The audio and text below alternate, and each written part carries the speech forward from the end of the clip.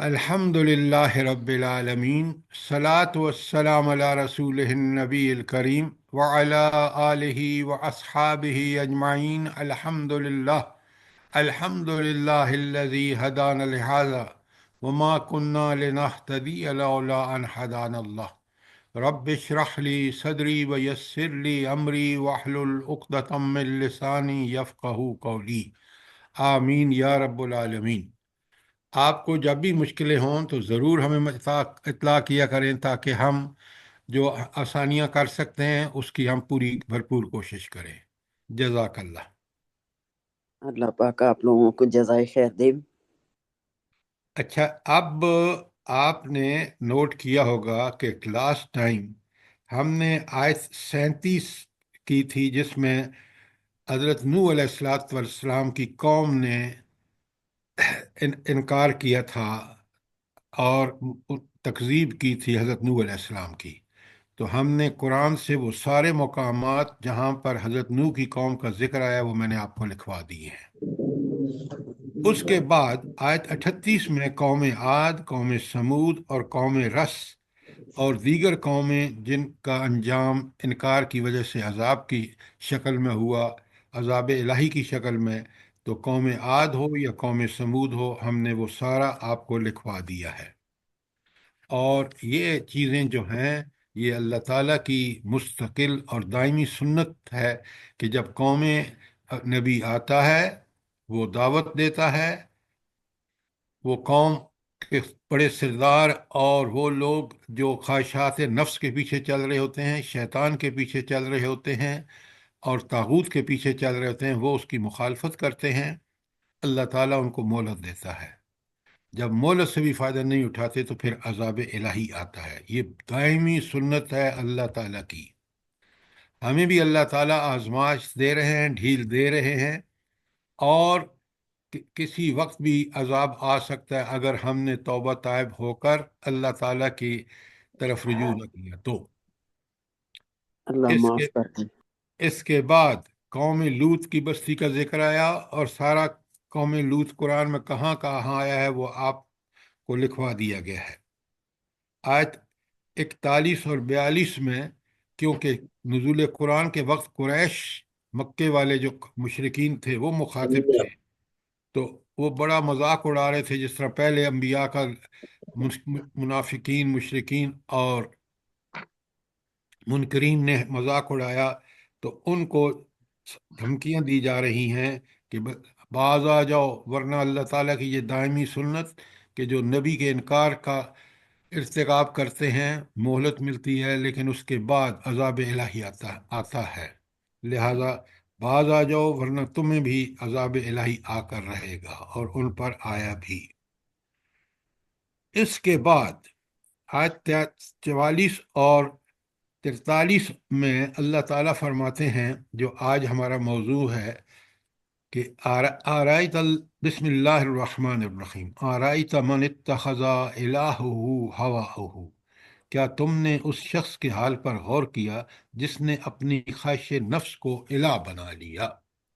سب سے تو پہلے مجھے یہ بتائیں، آپ تو سوال کم کرتے ہیں، مجھے کرنے پڑتے ہیں تاکہ ہم بات کو سمجھتے ہوئے چلیں۔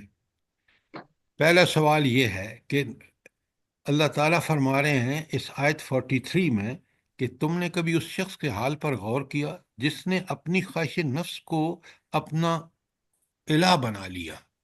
کیا مطلب اس کا کیا ہے؟ سر جی اپنی خواہشات کی پیروی کرنے لگے، ہر بات اپنی خواہش کی ماننے لگے۔ نہیں، یہ تو کوئی بات نہ ہوئی۔ سوال یہ ہے کہ وہ شخص جس نے اپنی خواہش نفس کو الہ بنا لیا، آپ تو خواہش نفس والے کی بات کر رہے ہیں، یہاں بات آ رہی ہے کہ اس نے اس کو اپنا الہ جیسا سمجھا۔ کس کو الہ جیسا؟ خواہشات نفس کو سر۔ ہاں، ذرا آپ اس کو کھولیں نا تاکہ آپ کو اور مجھے پتہ چلے۔ سر اپنی خواہش نفس کا غلام ہو کے رہ گیا، جو اس کا دل چاہا اس نے کیا۔ پھر اللہ وہی کا بات بھائی، الہ کا لفظ ساتھ آیا ہے، اس کو اس سے مراد سمجھائے نا۔ ان کی اس کی اپنی خواہشات کی پرستش کرنا شروع کیا، خواہش نفس کو عقل کے تابع رکھنا۔ الہ کہاں گیا جو آیت کے اندر آیا ہے؟ اس میں آپ کوئی بھی ذکر نہیں کر رہا۔ خواہش سر نفس کو خدا بنا لینے سے مراد اس کی بندگی کرنا ہے، کیسی بندگی کرنا ہے؟ ویسا اللہ کے ہی ساتھ مطلب شریک ٹھہرانا۔ شرک اب ٹھہرانا، جیسے بت کی پوجا کرنا۔ اب ذرا، نہیں نہیں نہیں نہیں، یہ بالکل غلط کہہ نے رہے ہیں یہاں پہ کتے کی بھی مثال دی تھی، بھائی۔ آپ میری جیسے بات سنیں، پہلے جس سوال کو میں کر رہا ہوں کہ اس نے اپنے خواہش نفس کو اپنا الہ بنا لیا، اپنا خدا بنا لیا۔ اب پہلے اس کو جب سمجھ نہیں آئے گا تو پھر آگے خاک سمجھ آئے گی ہمیں۔ بڑے غور سے سنیے، الہ، مومن کا الہ کون ہوتا ہے؟ یہ پکے سچے مومن، وہ اپنی زندگی میں پوری خواہشات کو کس کے تابع کر دیتا ہے؟ قرآن و الہی سنت۔ کام الہی۔ الہ کے تابع کر دیتا ہے۔ وہ الہ کی ہر بات مانتا ہے، چاہے زندگی ہو، موت ہو، عبادات ہوں، اخلاق ہوں، معاملات ہوں، انسان کے حقوق ہوں، اللہ تعالیٰ کے حقوق ہوں، وہ اس کو اسی طرح پورا کرتا ہے جس طرح اس کا الہ معبود چاہتا ہے۔ یہ ہے کہ کسی کو الہ بنانا۔ مومن، ہم کلمہ پڑھنے والے ہیں، کلمہ گو لا الہ الا اللہ، اللہ کے علاوہ کسی کی عبادت جائز نہیں ہے۔ لیکن یہ شخص کیا کرتا ہے؟ جس طرح ایک پکا سچا مومن اللہ کو الہ سمجھ کر کے اور اس کی ہر بات کو مانتا ہے، یہ شخص جو ہے، جو خواہشات کا پجاری ہے، وہ بالکل اسی طرح اپنی خواہشات کے پیچھے چلتا ہے جس طرح مومن اللہ تعالیٰ کے احکامات کی پابندی کرتا ہے۔ اب سمجھ آئیے نہیں آئی؟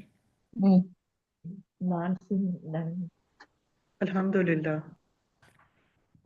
دیکھیں قرآن کو، یہ جو ہمیں اللہ تعالیٰ نے آپ کو ایک ذوق اور شوق دیا ہے، آپ مجھ سے سوال کریں، میں آپ سے سوال کروں تاکہ ہم سمجھیں۔ اب یہ کہنا کہ جی وہ اس کو خدا بنا لیا، کیسا خدا بنا لیا؟ جس طرح مومن اپنے رب کو الہ مان کر اس کی ہر بات کی پیروی کرتا ہے، یہ بدبخت جو دوسرا انسان ہے، یہ خواہش نفس کو اپنا خدا بنا لیا، وہ ان پر اسی طرح عمل کرتا ہے جس طرح ایک مومن سچا پکا اللہ تعالیٰ کی عبادت کرتا ہے، اس کی ہر بات حکم مانتا ہے، اور ہر اس بات کو جس سے منع کیا ہے رک جاتا ہے۔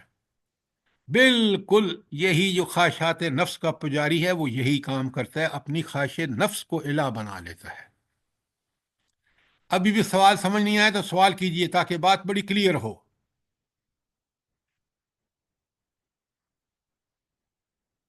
کلیئر ہے بات؟ جی جی سر، سر۔ الحمد جی سر۔ جی سر جی اچھا، سر۔ اب ذرا آگے ابھی پتہ چل جاتا ہے۔ اگلا حصہ ہے افانت تکون علیہ وکیلا، کیا تم ایسے شخص کو راہ راست پر لانے کا ذمہ لے سکتے ہو؟ وکیل کا مطلب ہے کہ آپ اس کو قائل کر سکتے ہیں صراط مستقیم کے لیے جو خواہش نفس کے پیچھے چل رہا ہے۔ کیا مطلب ہے اس کا؟ سر جب تک وہ خود انسان نہ چاہے اللہ کی راہ پر آنا اور او اللہ نہ ہو، یہ سب باتیں آپ ہوائی کر رہے ہیں۔ میں پوچھ رہا ہوں افانت تکون علیہ وکیلا، اس کا صحیح مفہوم کیا ہے؟ ایسا شخص جو خواہش نفس کے پیچھے چل رہا ہو، اللہ تعالیٰ فرما رہے ہیں کہ ایسے شخص کو راہ راست پر لانے کا ذمہ کوئی نہیں لے سکتا۔ اب بڑے غور سے سنیے اور سمجھیے بات کو، پر کلیئر نہیں ہے تو سوال کیجئے۔ وہ شخص جو خواہش نفس کے پیچھے چل رہا ہوتا ہے، اس کو کوئی ہدایت نہیں دے سکتا، نہ کوئی نبی، اور خود اللہ تعالیٰ نے تو یہ ہدایت کا معاملہ ان بندے کو ایک چھوٹا سا لمیٹڈ اختیار دے دیا ہے، چاہے تو قبول کرے چاہے تو نہ۔ خواہش نفس کے پیچھے چلنے والا کبھی بھی ہدایت کو قبول نہیں کرے گا۔ وجہ، اس نے تو اب الہ مقصود ہوتا ہے مومن، سچے پکے مومن کا، کہ اس کی بات ماننی ہے، اس نے تو الہ بنا لیا اپنی خواہشات کو، تو یہ اس اللہ کی کیسے بات مانے گا؟ اس کا تو خدا اس کی اپنی خواہشات نفس ہے۔ بات سمجھ آئی ہے کہ نہیں آئی؟ جی سر۔ اچھی طرح سمجھیے، سوال کیجئے. درس کا مطلب ہی یہی ہوتا ہے کہ ہم جو بھی چیزیں کلیئر نہیں ہیں ان کو کلیئر کر کے جائیں، پوری طرح بات کو سمجھ کے جائیں. سر کیا ایسے شخص کے دل پہ مور لگ جاتی ہے؟ بالکل آپ نے ٹھیک کہا. دیکھیں اللہ تعالیٰ کا مور لگانے کا یہ ہے نا سوال، کہ اللہ تعالیٰ جب بندہ پوری طرح ڈوب جاتا ہے دنیا میں، خواہش نفس میں، تو پھر اللہ تعالیٰ اس کے دل پر مور لگا دیتا ہے. کیوں؟ اس کو کوئی خواہش ہی نہیں ہوتی اللہ کی طرف پلٹنے کی. اللہ اس کو ہدایت دیتا ہے جو دل میں اس بات کی کھٹک پیدا ہوتی ہے کہ میں غلط کر رہا ہوں. لیکن یہ خواہش نفس کا جو پیروکار ہے، یہ کیسے ہدایت پا سکتا ہے؟ اللہ تعالیٰ اس کے دل پر مور لگا دیتا ہے. کوئی سوال، کوئی چیز کلیئر نہ ہوئی ہو؟ اچھا سر اگر جی، کوئی شخص اپنی بعض لوگ خواہش ہوتے کو ہیں جیسے کہ جو خواہش نفس پر چل رہے ہوتے ہیں، مطلب دنیا دار ہوتے ہیں، لیکن الحمدللہ جب اللہ کا کلام سنتے ہیں اور ان پر اس کا اثر ہوتا ہے تو وہ بدل آتے ہیں. پھر وہ ان کی کیٹیگری کیا ہے؟ آپ سنیں میری بات. انہوں نے خواہش نفس کو الہ نہیں بنایا ہوتا. جو پلٹتے ہیں نا، جس نے الہ بنا لیا اس کو تو الہ دیکھیں، خواہش نفس کی پیروی اور الہ، الوہیت کہ الہ کی بات ماننا، یہ دونوں بالکل opposite, 180 degree out of phase ہے. اگر خواہش نفس کا پیروی کرنے والا تو مومن کا رخ کعبۃ اللہ کی طرف ہے. اب آپ مجھے بتائیں کہ تو یہ جو شخص قرآن سن کے آ جاتا ہے، یہ نفس کو اس نے الہ نہیں بنایا. اب بات سمجھ آئی نہیں آئی؟ جی سر جی، اس کے دل میں خیر ہوتی ہے، مطلب کچھ طلب پھر وہی ہوتی ہے اسی بات، لیے. اگر ذرا بھی خیر ہو تو قرآن اثر کرتا ہے، اثر دکھاتا ہے.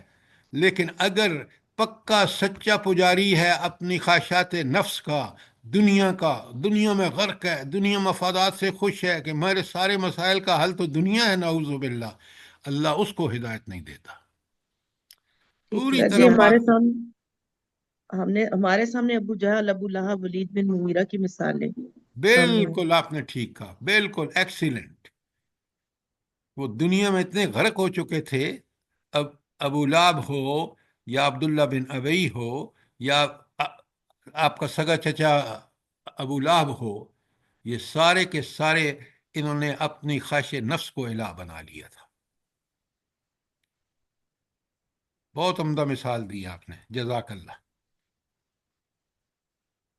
اچھا، اب آپ آ جائیں خواہش نفس کی پیروی. اب ہم دیکھیں کہ یہ خواہش نفس کتنی بری چیز ہے. ہینڈ آؤٹ آپ کے پاس ہے، کھول لیجئے. اور میں پڑھ رہا ہوں، جہاں آپ کو دیکھیں اللہ تعالیٰ نے، پہلے آپ دیکھیں تو اللہ تعالیٰ نے مطلق منع کیا ہے، پکا کہ خواہش نفس کی پیروی نہ کرو. یہ جو خواہش نفس کی پیروی کرتے کرتے انسان جو ہے نا، پھر بالآخر اسی خواہش نفس کو اپنا الہ بنا لیتا ہے. کیوں؟ اس کے مفادات اتنے وابستہ ہو جاتے ہیں خواہش نفس کی پیروی کے ساتھ کہ پھر وہ اس لمٹ پہ پہنچ جاتا ہے جہاں اس کو اپنی خواہش نفس کو الہ بنا لیتا ہے اور اللہ تعالیٰ اس کے دل پر مہر کر دیتا ہے. یہاں آپ دیکھیں پوری آیات آپ کے پاس کتنے پیجز ہیں. قرآن میں جگہ جگہ منع کیا گیا ہے. مثلا سورہ نساء مدنی ہے، اور فلا تتبعوا الہوی، خواہش نفس کی پیروی نہ کرو، ان تعدلوا. اور خواہش نفس کی پیروی میں انسان سب سے بڑا جرم کیا کرتا ہے؟ عدل کی جو ہے وہ عدل سے باز رہتا ہے. اور مومن ایمان والا تو عدل کا ساتھ دیتا ہے، عدل کرتا ہے، چاہے وہ اس کے اپنی مفادات پر بھی زد کیوں نہ پڑتی ہو، اپنے رشتہ داروں کے خلاف کیوں نہ ہو.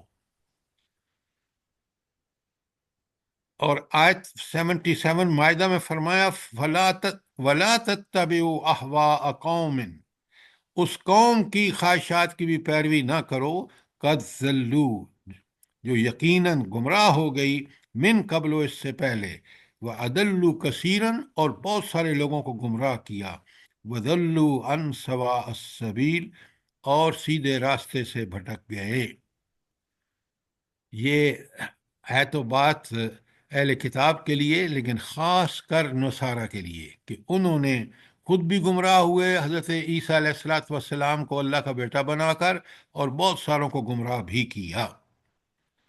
کوئی سوال آیت نساء کی 135 اور مائدہ کی 77 پر؟ پھر دیکھیں کس سختی سے منع کیا سورہ انعام کی 150 میں، وَلَا تَتَّبِعْ أَهْوَاءَ الَّذِينَ كَذَّبُوا بِآيَاتِنَا، ان لوگوں کی پیروی ہرگز نہ کرو جنہوں نے ہماری آیات کو جھٹلایا۔ آج امت مسلمہ پوری طرح کافروں کے پیچھے، طاغوت کے پیچھے، شیطان کے پیچھے لگی ہوئی ہے۔ اللہ تعالیٰ فرماتے ہیں والذین لا یؤمنون بالآخرہ، اور جو آخرت پر یقین نہیں رکھتے، ایمان نہیں رکھتے، وہم بربہم یعدلون، اور اپنے رب کا ہمسر بناتے ہیں۔ اب 3 آدمیوں کا یہاں ذکر ہے۔ ایک وہ لوگ جو اللہ کی آیات کو جھٹلائیں۔ اللہ کی آیت کو جھٹلانے کا مطلب ہے کہ قرآن کو، نبی کریم صلی اللہ علیہ وآلہ وسلم کو، توحید اور آخرت کا انکار کریں۔ نمبر 1 آیات کو جھٹلانا یہ۔ نمبر 2 لا یؤمنون بالآخرہ، اس کا پھر الگ ذکر کیا کہ آخرت پر بھی یقین نہیں رکھتے۔ یہ کیوں اتنا اہم کیوں ہے؟ یہ ایمانیات میں آخرت کا یقین کیوں اہم ہے؟ اللہ کے سامنے کھڑے ہونے سے خوف نہیں ہوتا ان کو۔ پھر انہم لا یرجون حسابا، انہیں یہ ہے کہ کوئی حساب کتاب نہیں ہونا۔ سر ہم امتحان سے ڈرتے ہیں، کیونکہ ہم امتحان گاہ میں آئے ہوئے ہیں اور ہم نے حساب کتاب تو دینا ہی دینا ہے، ہمارا فیل اور یہ فیل تینوں اور پاس جواب ہونا۔ غلط ہیں، تینوں غلط ہیں۔ صحیح جواب یہ ہے کہ جب تک یہ یقین نہیں ہوتا کہ ایک دن ہر کام جو میں دنیا میں کر رہا ہوں میں نے رب کے سامنے حساب دینا ہے، تو انسان کے اندر وہ ذمہ داری نہیں آتی، وہ پورے کام قرآن و سنت کے مطابق نہیں کر سکتا جس کو آخرت کا یقین نہ ہو۔ اس لیے آخرت کا یقین قرآن نے پیدا کرنے کے لیے بار بار انسان کو اس کی طرف توجہ دلائی ہے۔ یہ جو آپ باتیں کر رہے ہیں نا، یہ باتیں بہت دور بجا کے آتی ہیں۔ اصل بات یہ ہے کہ جس کو یقین ہے نا آخرت کا، وہ کبھی دنیا میں غلط کام نہیں کر سکتا۔ یہ ہے اس کا مسئلہ۔ مطلب سب سے جو چیز ذمہ دار بناتی ہے انسان کو، لکھیں آپ، وہ ہے اللہ پر یقین کہ اللہ حاضر ناظر ہے، اور دوسرا آخرت کا یقین۔ یہ 2 چیزیں انتہائی اہم ہیں۔ ان دونوں کا نتیجہ کیا ہے کہ انسان اللہ پر بھی یقین کر لے اور آخرت کا بھی یقین کر لے، تو پھر اس کا ان دونوں یقین کے بعد اس کو کس چیز کی ضرورت پڑتی ہے؟ صراط مستقیم کی، رسالت کی۔ صراط مستقیم نبی کریم صلی اللہ علیہ وآلہ وسلم کا راستہ ہے۔ یہ لکھیں، یہ 2 چیزیں، اللہ پر ایمان اور آخرت کا یقین، یہ جب 2 چیزیں ہو جائیں تو میں دنیا میں سب سے زیادہ بہترین نیک اللہ کے حکم کے مطابق زندگی گزارنے والا بنوں گا۔ جب یہ بنوں گا تو پھر میرے سامنے سوائے رسالت کے راستے کے اور کوئی راستہ نہیں ہے کہ جس میں مجھے ٹھیک ٹھیک سیدھے صراط مستقیم پہ ہوں۔ سوال کیجیے اگر بات کلیئر نہیں ہے تو۔ بات سمجھ آ گئی کہ نہیں آئی؟ جی سر۔ الحمدللہ۔ اچھا، اب دیکھیں کس قدر منع کیا گیا ہے، کتنی بری یہ چیز ہے خواہش نفس کی پیروی۔ جاسیہ کی 18 پڑھ رہا ہوں، ثم جعلناک علی شریعۃ من الامر، اس کے بعد اے نبی صلی اللہ علیہ وسلم ہم نے تم کو دین کے معاملے میں ایک صاف شاہراہ یعنی شریعت پر قائم کیا۔ فَاتَّبِعْهَا، لہذا تم اسی کا اتباع کرو، وَلَا تَتَّبِعْ أَهْوَاءَ الَّذِينَ لَا يَعْلَمُونَ، اور ان لوگوں کے راستے پر ان لوگوں کی خواہشات کا اتباع نہ کرو جو علم نہیں رکھتے، چاہے اپنی غلط خواہشات ہوں یا کسی قوم کی ہوں یا کسی گروہ کی ہوں، ان کے پیچھے ہرگز نہ چلو۔ اور سورہ شورا کی 15 میں فرمایا فَلِذَٰلِكَ فَادْعُ، اس لیے اے نبی تم اسی چیز کی دعوت دو، وَاسْتَقِمْ، اور استقامت اختیار کرو، کما امرتا، جیسا حکم دیا گیا ہے، وَلَا تَتَّبِعْ أَهْوَاءَهُمْ، اور ان کی خواہشات کے پیچھے نہ چلو۔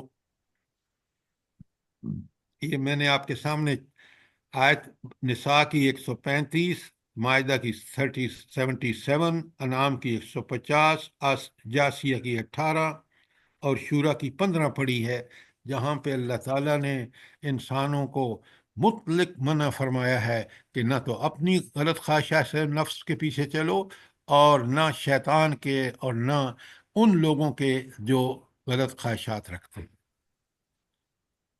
تو اس کا حل کیا ہے کہ انسان ان غلط خواہشات نفس سے بچ جائے گی؟ قرآن نے کیا رہنمائی کی ہے؟ شاباش۔ تقوی اختیار کرو۔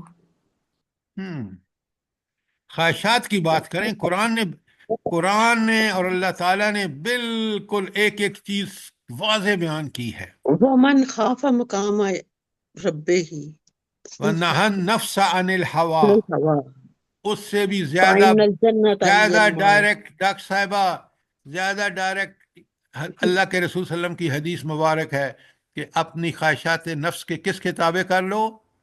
قرآن جو میں لایا ہوں، جو میں لایا ہوں، یہ ہے جواب اس کا۔ اور نبی کریم صلی اللہ علیہ وآلہ وسلم قرآن و سنت لے کے آئے ہیں، تو اپنی خواہش نفس جو بھی پیدا ہو اس کو ٹیسٹ کر لو۔ کیا میں بازار گھومنے جاؤں، یا ادھر عصر کا وقت آ جائے گا، میں بازار نہ جاؤں بلکہ میں اس کی تیاری کروں؟ شریعت کہتی ہے اس کی تیاری کرو، بس چھوڑ دو۔ کوئی سوال ان آیات کے بارے میں؟ پھر آگے چلوں۔ ذرا آپ غور کریں، قرآن بندے کو ایسی لاجک دیتا ہے، ایسے دلائل اور منطق دیتا ہے کہ بالکل بات کلیئر ہو جاتی ہے۔ اب ذرا سورہ اعراف کی 176 پڑھ رہا ہوں، بڑا غور سے سنیں۔ اللہ تعالیٰ فرماتے ہیں، بسم اللہ الرحمن الرحیم، وَلَوْ شِئْنَا لَرَفَعْنَاهُ بِهَا، اگر ہم چاہتے تو اسے ان آیتوں کے ذریعے، یہ رفعنا بہا جو ہے وہ آیت قرآن کی آیات ہیں یا شریعت ہے پوری۔ وَلَوْ شِئْنَا، اگر ہم چاہتے، لَرَفْعَنَاهُ بِهَا، تو ہم اس سے بلندی عطا کرتے ان آیتوں کے ساتھ۔ وَلَكِنَّهُ، لیکن وہ شخص جو ہے، اخلد الی الارض، وہ زمین کی طرف، زمین سے چپک گیا، واتبع ہواءہ، اور اس نے اپنی خواہشات نفس کی پیروی کی۔ اگر وہ اللہ کی آیات، اللہ کے احکامات، تعلیمات اور ہدایت جو قرآن و سنت میں اس پہ چلتا تو بلندیاں حاصل کرتا، اپنے رب تک پہنچ جاتا۔ لیکن اس نے کیا کیا؟ اس نے خواہش نفس کی پیچھے چل پڑا۔ آگے سنیں مثال، فَمَثَلُهُ كَمَثَلِ الْكَلْبِ، اس کی مثال ایک کتے کی مثال ہے۔ ان تحمل علیہ یلحس، اگر تو اس کو پتھر بھی مارے تو وہ اپنی زبان لٹکائے ہوئے پھرتا ہے۔ اور تترک ہو، چاہے تو اسے چھوڑ دے، یعنی اس کو پتھر نہ مارے، یلحس، تو بھی وہ زبان لٹکائے سونگتا ہوا چلے گا۔ ذالک مثل القوم الذین کذبوا، یہ اس قوم کی مثال ہے جس نے انبیاء کی دعوت کو جھٹلایا۔ کذبوا بآیاتنا، ہماری آیات کو، ہماری شریعت کو ٹھکرایا۔ فقصص قصص لعلہم یتفکرون، ان پر یہ ساری چیزیں بیان کرو ان کے سامنے تاکہ وہ غور و فکر کریں۔ دیکھا کتنی بڑی اللہ تعالیٰ نے وارننگ دی ہے کہ یہ مثال اس شخص کی بالکل ایسی ہے جیسا کتا یا پتھر مارے پھر بھی تھوڑا ہٹ کے پھر زمین کو چھونگے گا کہ کہیں کوئی ہڈی تو نہیں پڑی۔ بالکل یہی حالت اس شخص کی ہے جو خواہش نفس کی پیروی کرتا ہے، کہ دنیا میں اب اس اپنی خواہش کے پیچھے پاگل ہے۔ کوئی سوال؟ سر یہ سورہ اعراف کی آیت نمبر بتا دیں گے پلیز؟ 176۔ آپ کے پاس ہینڈ آؤٹ نہیں ہے؟ جی جی سر اس میں نہیں ہے، سر اس میں ہینڈ آؤٹ نہیں ہے میں سر، نہیں ہے یہ نا سورہ اعراف جی کی ہینڈ آیت۔ آؤٹ میں نہیں اچھا ہے لکھ آپ لیں، نے اس پلیز کا یہ لکھ لیں، نہیں ہے، آپ لکھ نے لیں اور اس کو یہاں انکلوڈ کریں۔ اب آ جائیے سورہ کاف میں اللہ تعالیٰ کیا خوب فرماتے ہیں، وَلَا تُطِعْ مَنْ أَغْفَلْنَا قَلْبَهُ عَنْ ذِكْرِنَا، کسی ایسے شخص کی اطاعت نہ کرو جس کے دل کو ہم نے اپنی یاد سے غافل کر دیا۔ اللہ کی یاد کتنی ضروری ہے، زبان سے بھی اور عمل سے، ہر عمل کرتے وقت اللہ کو یاد کریں کہ اس کا حکم کیا ہے، تو اس کی اطاعت نہ کرو۔ اور پھر فرمایا وَاتَّبَعَ هَوَاءَهُ، اور جس نے اپنی خواہش نفس کی پیروی اختیار کی، کان امرہ فرطا، اس کا طریقہ کار افراط و تفریط پر مبنی ہے، وہ شریعت پر نہیں ہے، وہ شریعت سے ہٹا ہوا ہے۔ جتنا شریعت سے ہٹا ہوا ہے اتنا ہی وہ افراط اور تفریط جو ہے، زیادتی یا کمی وغیرہ میں ملوث ہے۔ یہ تھی ایکسکیوز کاف می، کی 28۔ قرآن کتنا سختی سے منع کرتا ہے، قرآن پڑھیں، قرآن سمجھیں، اللہ تعالی ہمیں باز رکھے گا اس خواہش نفس کی پیروی سے۔ سورہ سر انعام سورہ کی سعد کی آیت 26 رہ گئی ہے پیچھے۔ سورہ سعد کی آیت 26 رہ گئی ہے، میں ایک منٹ، اس سے پہلے ہے یا سر پیج داؤد نمبر 1 کی لاسٹ ہے، پیج 28 ہے، نمبر 1 آیت کی نمبر لاسٹ ہے۔ 28 ہے۔ ہاں پیج فرقان، نمبر اللہ کے بندو فرقان تو ابھی پڑھ رہے ہیں، ابھی میں نے صبح آپ کے سامنے کھولی ہے۔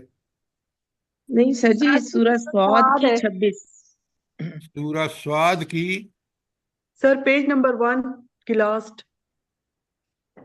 پیج، ہاں ٹھیک ہے۔ اب سنیں، ایک نبی کے معاملے میں اللہ تعالیٰ فرماتے ہیں، سورہ سعد کی 26 آپ فرما رہے ہیں، یا داؤد، خطاب کس سے ہے؟ حضرت داؤد علیہ السلام جو نبی ہے، ان جعلناک خلیفۃ فی الارض، ہم نے آپ کو زمین میں ایک خلیفہ بنا کے، ایک تو خلیفہ انسان ہے نا، ہر انسان خلیفہ ہے اللہ کا، جو ذرائع وسائل اس کو دیے ہیں اور جو ڈیوٹیز اس کو دی ہیں وہ اس خلیفہ ہے۔ لیکن حضرت داؤد علیہ السلام جو تھے وہ آپ کو پتہ ہے وہ خلیفہ تھے اس عمر میں کہ اللہ تعالیٰ نے ان کو نبی بھی اور ان کو حکمران بھی بنایا تھا۔ تو فرمایا یا داؤد ان جعلناک خلیفۃ فی الارض، اے داؤد ہم نے تمہیں زمین میں خلیفہ بنا کر بھیجا، فاحکم بین الناس بالحق، لوگوں کے درمیان حق کے مطابق فیصلے کرو، ولا تتبع الہوی، اور خواہش نفس کی پیروی نہ کرو، فیضلک عن سبیل اللہ، یہ خواہش نفس کی پیروی تمہیں اللہ کے راستے سے گمراہ کر دے گی۔ تو دیکھا آپ نے کہ یہ جو گمراہی ہے یہ اللہ تعالیٰ کے راستے سے خواہش نفس جو ہے وہ گمراہ کر دیتی ہے۔ اب بات سمجھ آ گئی؟ الحمدللہ۔ جی اچھا، سر۔ آگے کون سی آیت ہے؟ سر آگے سورۃ انعام کی انعام کی 119۔ 119، سورۃ سورہ کہف پڑھ، سورۃ کہف پڑھ لیے سر، سورۃ انعام کی 119۔ سورہ انعام کی 119، بڑے غور سے سنیے، اللہ تعالیٰ فرماتے ہیں ان کثیرا لیضلون باہوائہم، بکثرت لوگوں کا حال یہ ہے کہ کہ وہ علم کے بغیر محض اپنی خواہشات نفس کی بنا پر گمراہی کی باتیں کرتے ہیں۔ ذرا غور فرمائیں کہ یہ سراسر گمراہی ہے۔ جب آپ قرآن کے تابع اپنے عقل کو نہیں کرتے اور آپ خواہش نفس کے پیچھے چلتے ہیں تو پھر آپ خود بھی گمراہ ہوتے ہیں اور دوسروں کو بھی گمراہ کرتے ہیں۔ وَإِنَّ كَثِيرًا لَيُضِلُّونَ بِأَهْوَائِهِمْ بِغَيْرِ علم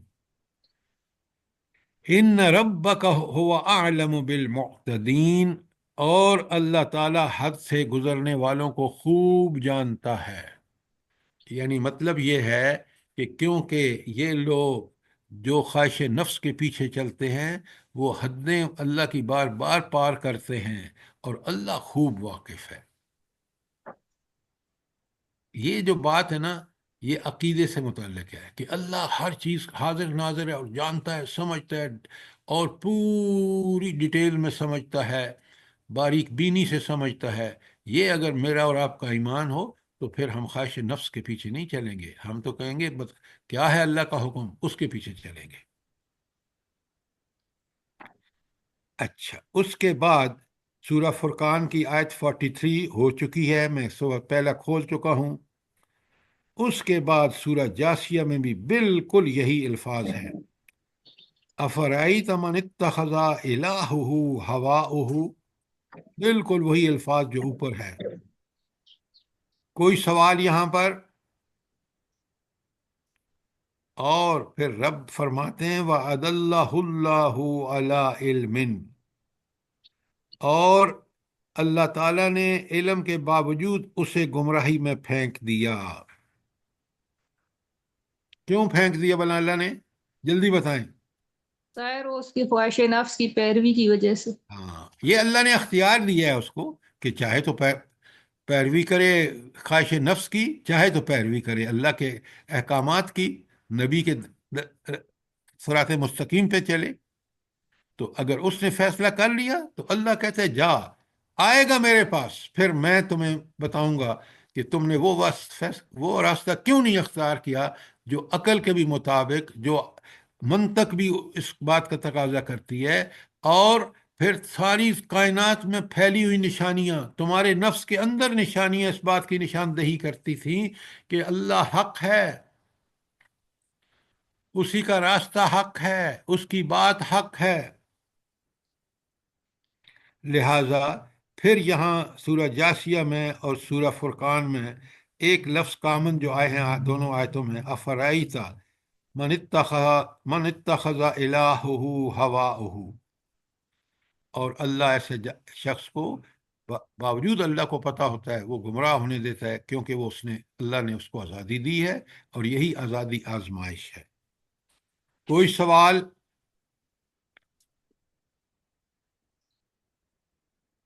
قصص میں فرمایا فَإِن لَّمْ يَسْتَجِيبُوا لَكَ، اے نبی اب اگر وہ تمہارا یہ مطالبہ پورا نہیں کرتے تو سمجھ لو انما یتبعون اہواءہم، یہ دراصل اپنی خواہشات نفس کے پیرو ہیں۔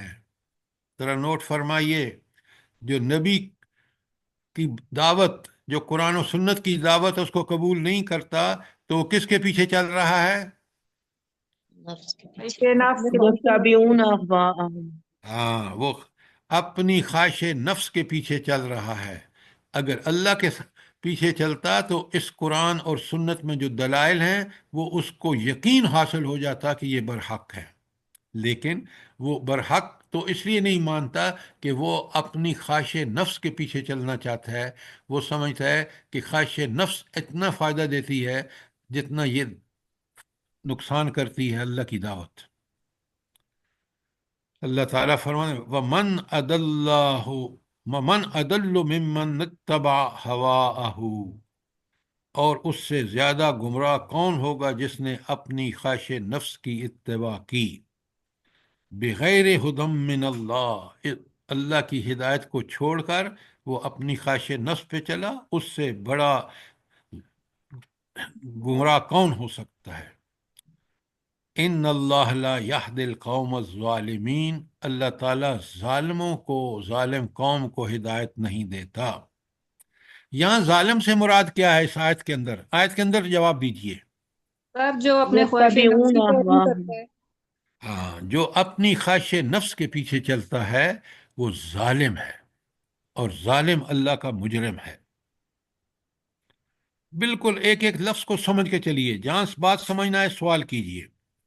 اچھا، ان ہی الا اسماء سمیتموها انتم وآباؤکم، دراصل یہ کچھ نہیں ہے مگر بس چند نام ہیں جو تم نے اور تمہارے باپ دادا نے رکھ لیے ہیں۔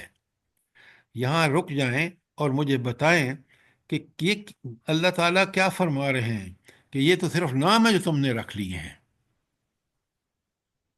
اور وہ نے جو لات اور عزا وغیرہ نام رکھے ہوئے تھے وہ ان پہ آپ وہاں کیوں جاتے ہیں؟ آپ اسلام آباد میں لوگ کہتے ہیں بری میری کھوٹی کر کھری، یہ نام ہے صرف، بری کے پاس کوئی طاقت نہیں ہے۔ بات کریں آج کے دور کی تو یہ صرف انہوں نے نام رکھا ہوا ہے کہ کھوٹی کھری کر دیتا ہے۔ بری بیچارہ اپنی قبر میں پڑا، اللہ کا ولی ہے، اور وہ قیامت کے دن انکار کرے گا اس سے، اور یہ نامراد اور ناکام ہوں گے جو لوگ یہ نعرے لگا رہے ہیں۔ اسی طرح شاہ عبد القادر کے نام کے پتہ نہیں کیا کیا نعرے بنا رکھے ہیں، اسی طرح دوسروں کے اسی طرح بت پرستوں نے اپنے بتوں کے لیے یہ گھڑ رکھے ہیں نعرے۔ یہ صرف نام ہے، ان کا مسمى کوئی نہیں ہے۔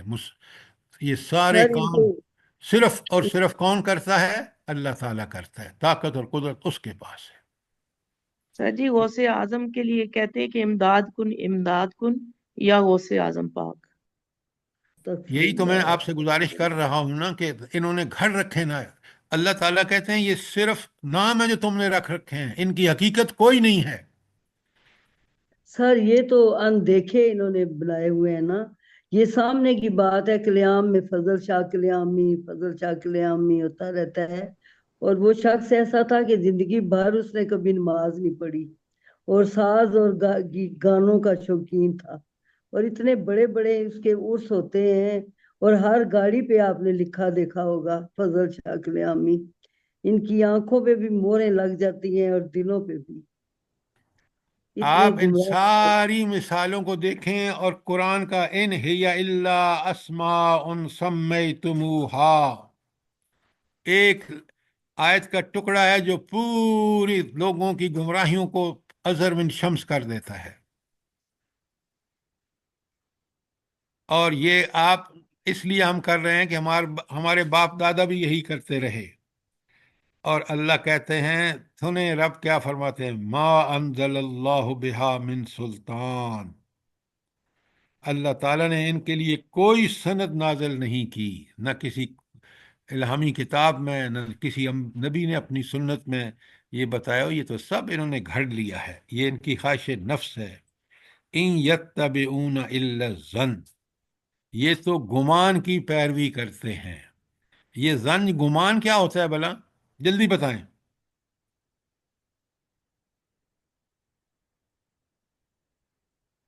جسے ہم جو خیال ان کے کرتے ذہن میں آ جاتا ہے۔ اور جس یقین ایسا خیال جس کی کوئی حقیقت نہیں ہوتی، جی۔ گمان ہے بس۔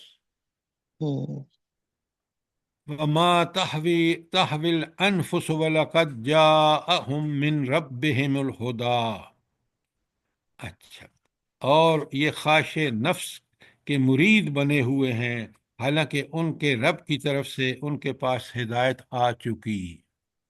نبی کریم صلی اللہ علیہ وآلہ وسلم مکمل ہدایت قرآن و سنت کی شکل میں، اور اللہ نے خود اس کی حفاظت لے لی۔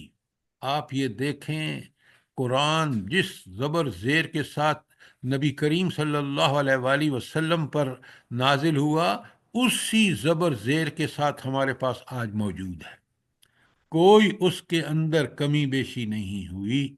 کیوں؟ اس کی حفاظت اللہ نے لے لی ہے۔ آپ معجزہ دیکھیں، ایک حافظ قرآن کی 114 سورتیں، 30 پارے اس کی محفوظ اس کے دل میں، معنی بھی نہیں جانتا،